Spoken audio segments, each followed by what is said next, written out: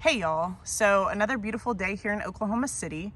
It's about 55 degrees, sunny, no wind, and the birds are chirping. So I couldn't resist getting outside and trimming up of some of the dead hellebore leaves in this big stand right here in front of me is on my to-do list. And continuing from the pruning of the boxwoods, I thought that I would just go ahead and knock it out today. So there are a lot of baby self-seeded hellebores underneath those tattered leaves. So I wanted to get some of those leaves up to get some air circulation under there, and also to provide some of those small seedlings some more sun to get a little bit bigger. So I've got all of the necessary gear. I've got my kangaroo bag over here to the right. I've got my trusty Felcos, and I am going to fertilize them with some Espoma plant tone. I always use Espoma plant tone for everything. Number one, we have 2 dogs and a cat, so I want to use organic. And number two, plant tone just kind of covers all the bases for me. They have a lot of different lines of fertilizer, but plant tone seems to work really well for me. I don't have a lot of space to hold a lot of different fertilizer options. I do have some citrus tone and some holly tone that I do keep as well, but for the most part, I use plant tone the most. So I am just going to take after these hellebores, and I'll take you guys along for the ride. And I also purchased some new plants the other day at the garden center that I will show you. Actually, I'll just go ahead and show you them right now because I have them sitting in front of me. So I bought some new hellebores, and this variety specifically is called Wedding Party Flower Girl hellebore, and it's got this very, very pretty kind of corally pinkish bloom. It's also a double, which I absolutely love anything double.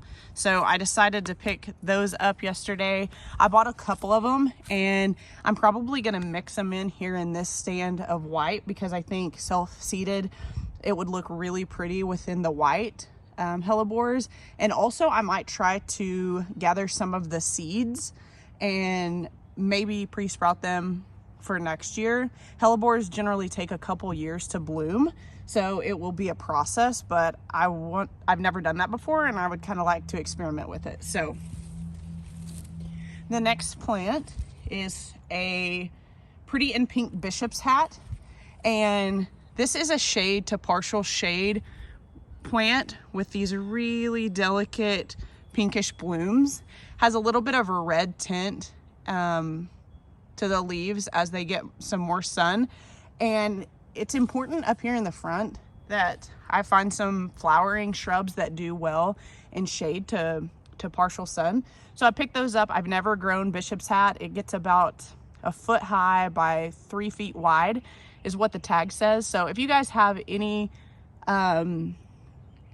experience with either of those two plants that I just showed you, let me know in the comments because I'm very curious to see what your experience has been with them. So anyways, just gonna take after these tattered leaves, and I'll show you guys the process.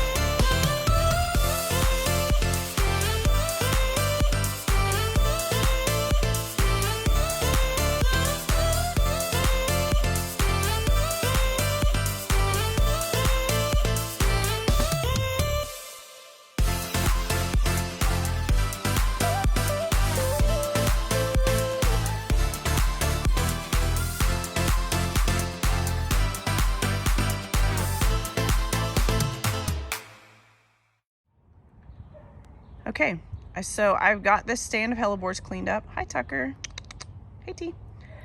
So I got this stand cleaned up, and I've removed all the dead and tattered leaves that were within. And this is a really thick stand of hellebores, and it's really healthy. So I wanted to get those dead and tattered leaves cleaned up.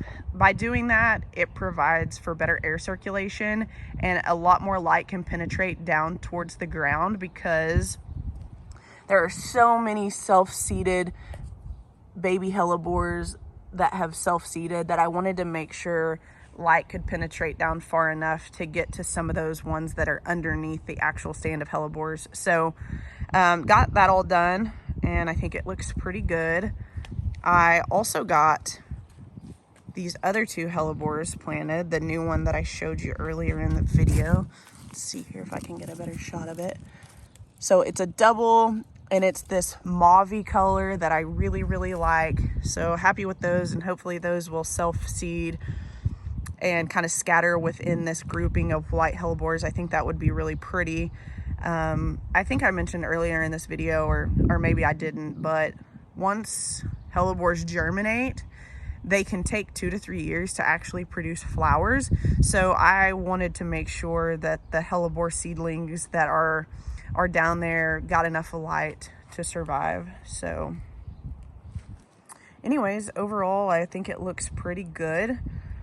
They did pretty well over the winter. And while they typically do pretty well for us here, if we have a really harsh winter, they don't always stay near as green.